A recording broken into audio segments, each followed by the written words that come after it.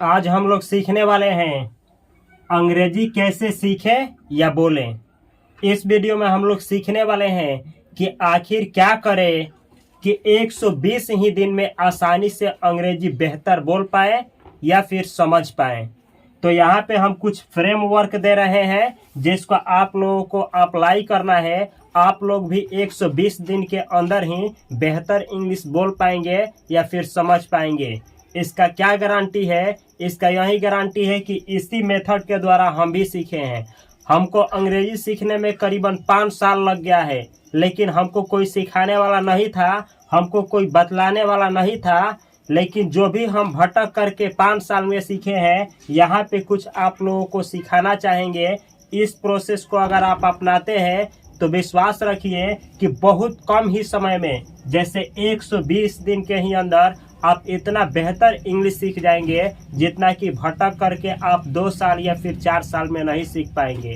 तो ये फ्रेमवर्क क्या है, आप ध्यान से देखिए। यहाँ पे लिखे हैं राइट डायरेक्शन। राइट डायरेक्शन का मतलब हुआ कुछ ऐसा दिशा देने जा रहे हैं जिस दिशा की तरफ अगर आप बढ़ेंगे तो आप आसानी से अंग्रेजी बोल पाएंगे या फिर लिख पाएंगे या फिर आप समझ पाएंगे। और वो भी कितना दिन में? तो 120 दिन के अंदर ही। मिनिमम आपको 120 दिन लगेगा और मैक्सिमम जितना आप बेहतर करना चाहेंगे उतना ही आपको इंग्लिश सीखने में टाइम देना पड़ेगा। यहाँ पे राइट डायरेक्शन है रीडिंग। आपको क्या करना है कि इंग्लिश के पेज को रीड करना है, और रीड में क्या करना है? स्टोरी। जैसे स्टोरी होता है once upon a time there was a king. जैसे एक समय की बात है कि एक राजा था। ऐसे जो अंग्रेजी का स्टोरी होता है उसी स्टोरी को आपको रीड आउट करना है। अगर आप नहीं जानते हैं, आपके पास ऐसा कोई बुक नहीं है, तो घबराने की कोई बात नहीं है। आपको सब कुछ इसी चैनल पे प्रोवाइड किया जाएगा। लास्ट तक वीडियो अवश्य देखें। दूसरा है राइटिंग मिनिमम 1 पेज। आपको मिनिमम क्या करना है? करीब कम से कम 1 पेज इंग्लिश लिखना है। 1 पेज आपको डेली पढ़ना है और 1 पेज डेली आपको इंग्लिश लिखना है। अब लिखना क्या है, पढ़ना क्या है? तो छोटा छोटा जो स्टोरी होता है उसी को पढ़ना है, उसी को लिखना है। जैसे कोई इंग्लिश का निबंध हो गया, उसको पढ़िए, उसको लिखिए, या फिर अपना इंट्रोडक्शन लिखिए। इस तरह से मिनिमम 1 पेज डेली आपको लिखना ही है अंग्रेजी का। अगर खुद से नहीं लिख सकते हैं तो कहीं से देखिए, किसी यूट्यूब वीडियो से देखिए, किसी बुक से देखिए, और हैंड राइटिंग के रूप में आप डेली 1 पेज लिखिए। लेकिन ध्यान रखिएगा कि देखना है कि क्या वर्ड मीनिंग लिखा गया है। जैसे एप्पल का मीनिंग क्या है, APPLE। इस तरीके से जो भी आप लिख रहे हैं उस मीनिंग को ध्यान से आपको देखना है और अच्छे से लिखना है। अगला है लिसनिंग, मिनिमम 15 मिनट। आप हमेशा मिनिमम 15 मिनट अंग्रेजी सुनेंगे। किसी भी चैनल को सब्सक्राइब करके आप आराम से, किसी ऑडियो बुक को सब्सक्राइब करके आप आराम से इंग्लिश में सुनेंगे। ये सब आपको पता नहीं है तो इसी चैनल पे अगले वीडियो में सब कुछ प्रोवाइड करेंगे जिसको आप देख करके आराम से सीख पाएंगे। डेली आपको 15 मिनट, कम से कम 15 मिनट इंग्लिश को सुनना है। जैसे कोई नेटिव स्पीकर हो गया, चाहे कोई इंग्लिश का पॉडकास्ट हो गया, चाहे कोई इंग्लिश का ऑडियो बुक हो गया, या फिर कोई इंग्लिश स्टोरी टेलिंग हो गया, या फिर कोई टेड टॉक्स हो गया, या फिर कोई टॉक्स हो गया। इस तरीके का जो भी इंग्लिश का चैनल है, केवल 15 मिनट डेली कम से कम आराम से सुनना है। अगला है स्पीकिंग प्रैक्टिस, मिनिमम 10 मिनट, और डेली आपको मिनिमम कम से कम 10 मिनट आपको अंग्रेजी खुद से बोलना है। खुद से बोलने का मतलब हुआ कि आप आराम से बैठ करके डेली प्रैक्टिस करिए। अपने बारे में बोलिए, जैसे माय नेम इज, और जो भी आपका नाम है बतलाइए। जैसे अगर आपका नाम राहुल है तो आप बोलिए my name is Rahul Kumar, इस तरीके से। और अपने पापा का नाम, अपने गांव का नाम, इस तरीके से छोटा छोटा जो सेंटेंस होता है उसको बोलिए डेली। मिनिमम 10 मिनट करिए। अगर खुद से नहीं बोल पाते हैं तो किताब को लीजिए और उसको रीड आउट करिए। जोर जोर से देख करके उसको बोलिए, उसको पढ़िए। ये 10 मिनट डेली करिए। अगला है थिंकिंग इन इंग्लिश, और अंग्रेजी में 5 मिनट सोचिए। ये सोचने का मतलब क्या हुआ, यह नहीं कि आप जैसे हिंदी में सोचते हैं उस तरीके से सोचना है। सोचने का मतलब हुआ जैसे कुछ वर्ड मीनिंग आप सोच लिए, जैसे सेब को अंग्रेजी में क्या कहते हैं, एप्पल। या फिर आप देखें कि यहाँ पे कोई लड़का है तो इसको सोचेंगे ओ लड़का को क्या बोला जाता है, बॉय। इसी तरीके से कहीं लड़की देखे तो इसको इंग्लिश में क्या बोला जाता है, गर्ल। तो इस तरीके से जो भी आप देखते हैं उसी को इंग्लिश में 5 मिनट आपको सोचना है डेली।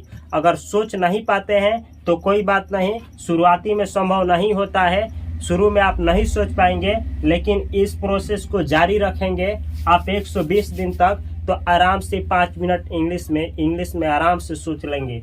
तो ये रहा आपको जो डेली करना है, इसको करने पे आप आराम से अंग्रेजी सीख पाएंगे। तो इस तरीके से आप प्रयास करेंगे तो आप आराम से इंग्लिश में सोच पाएंगे। अगला तरीका है वोकैबुलरी, यानी शब्दकोश। इंग्लिश सीखने के लिए आपको कुछ वोकैब याद करना होगा। वोकैब का मतलब होता है कुछ वर्ड मीनिंग, कुछ ऐसा मीनिंग जिसको आप याद करके आराम से इंग्लिश बोल पाएंगे। जैसे अंग्रेजी बोलने के लिए आपको कितना वर्ड मीनिंग याद होना चाहिए, तो मिनिमम आपको 1500 मीनिंग याद होना चाहिए। 1500 अगर आपको मीनिंग याद है तो आप आराम से अंग्रेजी बोल सकते हैं। ये बेहतर इंग्लिश बोलने के लिए आपको 5000 के आसपास मीनिंग याद होना चाहिए। 5000 से कम भी रहेगा तभी भी आप बेहतर इंग्लिश बोल पाएंगे, लेकिन 5000 है तो आप इंटरनेशनल लेवल का इंग्लिश बोल सकते हैं। इस तरीके से कुछ यहाँ पे फ्रेमवर्क दे रहे हैं कि वो मीनिंग याद करना है तो उस मीनिंग में कौन कौन सा वर्ड मीनिंग होना चाहिए। जैसे 5 फॉर्म ऑफ वर्ब। वर्ब का मतलब होता है क्रिया। वर्ब का मतलब होता है क्रिया, जैसे जाना, सोना, नहाना, गाना, बजाना, ये सब जो है ये क्रिया है। इंग्लिश में जैसे जाना को गो बोला जाता है, आना को कम बोला जाता है, सोना को स्लीप बोला जाता है, तो ये सब क्रिया है। और इस क्रिया का 5 फॉर्म, 5 फॉर्म ऑफ वर्ब, यानी वर्ब का 5 फॉर्म जानना है। जैसे प्ले का मतलब होता है खेलना, और प्ले वर्ब का 5 फॉर्म होता है play, played, played, playing, plays. ये होता है प्ले वर्ब का 5 फॉर्म। इसी तरीके से डू का मतलब होता है करना, और डू वर्ब का 5 फॉर्म होता है do, did, done, doing, does. तो ये हुआ डू वर्ब का 5 फॉर्म। इस तरह से आपको कम से कम 500 वर्ब, कम से कम जो 500 वर्ब हैं उसको याद कर लेना है, और 500 वर्बों का 5 फॉर्म याद करना है। इस तरीके से 5 फॉर्म अगुणे 500 यानी 2500 हो गया। तो 2500 वर्ड का ये काम करेगा। इस तरीके से आप वर्ड याद करेंगे तो इसलिए सबसे पहले कोई मीनिंग याद करना है तो एक्शन वाला वर्ड याद करिए, जिसे वर्ब बोला जाता है। गाना, सोना, नहाना। अब आपका सवाल आएगा कि ये 500 वर्ब कहाँ से मिलेगा, तो इसी चैनल पे 500 वर्ब का एक वीडियो हम अपलोड किए हैं, जिसे आप इस चैनल के डिस्क्रिप्शन बॉक्स में जा करके देख सकते हैं, या फिर आप इस चैनल के प्लेलिस्ट में जा करके 101 ऐसे वर्ब है जिसका डेली यूज किया जाता है, और जिसका 5 फॉर्म क्या होता है, और उन वर्बों का कैसे आप अपने स्पोकन इंग्लिश में यूज करेंगे, सब कुछ बतलाया गया है। तो इस चैनल को सब्सक्राइब कर लीजिए अगर ये सब कुछ सीखना है। तो आगे दिया गया है डेली स्पोकन वर्ड्स। आपको क्या करना है कि 500 डेली स्पोकन वर्ड मीनिंग याद करना है। जैसे डेली स्पोकन का मतलब क्या हुआ कि कुछ ऐसे शब्दकोश जिनका डेली स्पोकन में यूज किया जाता है। जैसे में खुश, खुश को आप लोग इंग्लिश में क्या बोलेंगे, हैप्पी। इसी तरीके से दुख, दुख को इंग्लिश में आप लोग क्या बोलेंगे, सैड। इसी तरीके से आप लोग अंग्रेजी में जो भी आप सुनते हैं, हिंदी में जिस वर्ड का आप ज़्यादा उपयोग करते हैं, उसी वर्ड को आप इंग्लिश में सर्च करके किसी डिक्शनरी से या फिर गूगल से या फिर किसी ऐप से सर्च करके आप इसको याद करेंगे। मिनिमम कितना 500 और मैक्सिमम आप जितना याद करने में सक्षम है आप कर सकते हैं। अगला तरीका है इंग्लिश सीखने का, इंग्लिश फ्रेंडली एनवायरनमेंट। अगर आप ये सब कुछ नहीं करना चाहते हैं और इंग्लिश सीखना चाहते हैं तो ये करिए इंग्लिश फ्रेंडली एनवायरनमेंट।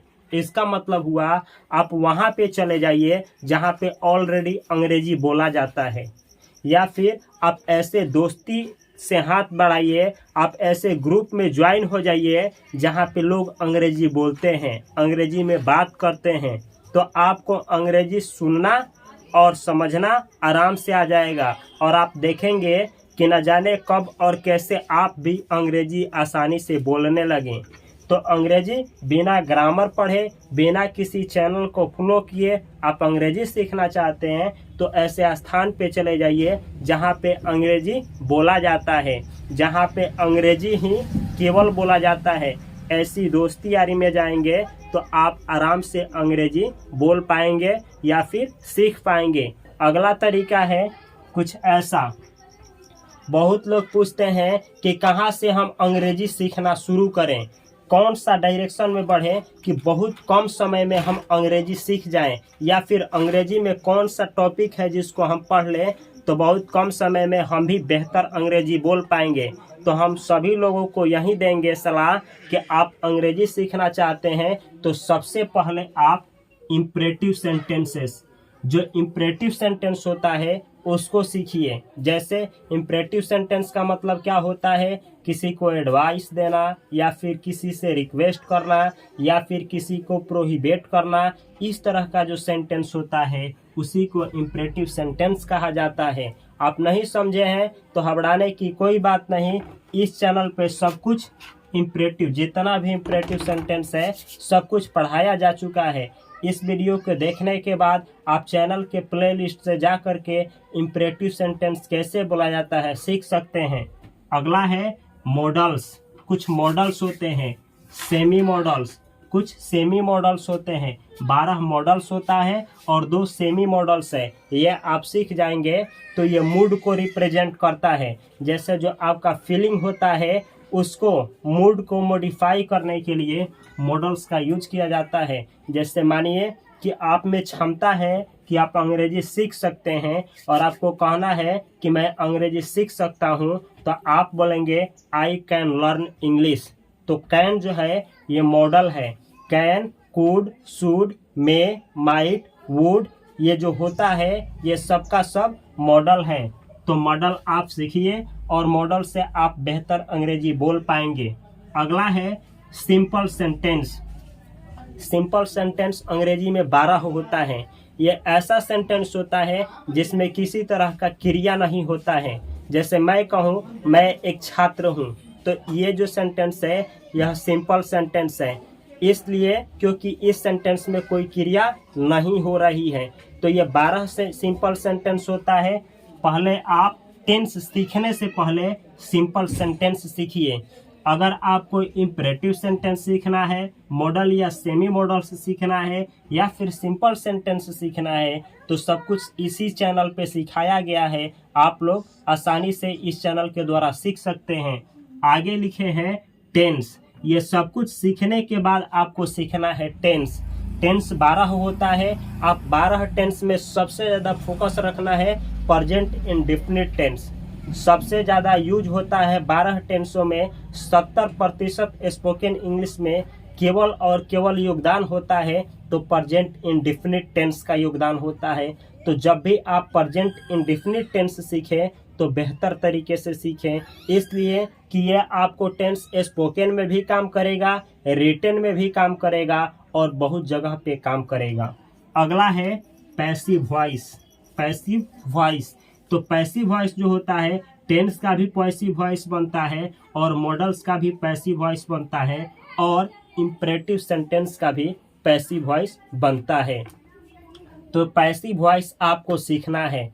सबसे पहले ये, उसके बाद ये, उसके बाद ये, उसके बाद ये और उसके बाद ही सीखना है पैसिव वॉइस। अगर आप पैसिव वॉइस पहले सीखेंगे तो ये असंभव है। आप कभी भी पैसिव वॉइस इसके बगैर आप इसको नहीं सीख सकते हैं।